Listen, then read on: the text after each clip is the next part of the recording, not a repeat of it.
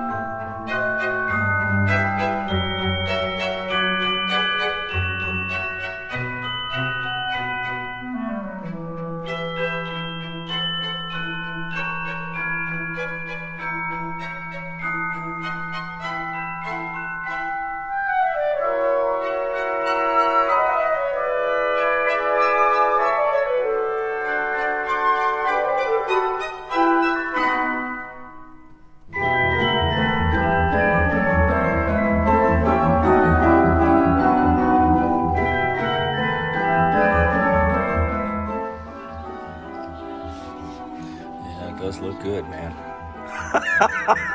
Okay, just got the track bar in there. Yeah, we'll put the gun on that. It's not even a 21, it's a 22. It's 22. Okay, that I know where it is.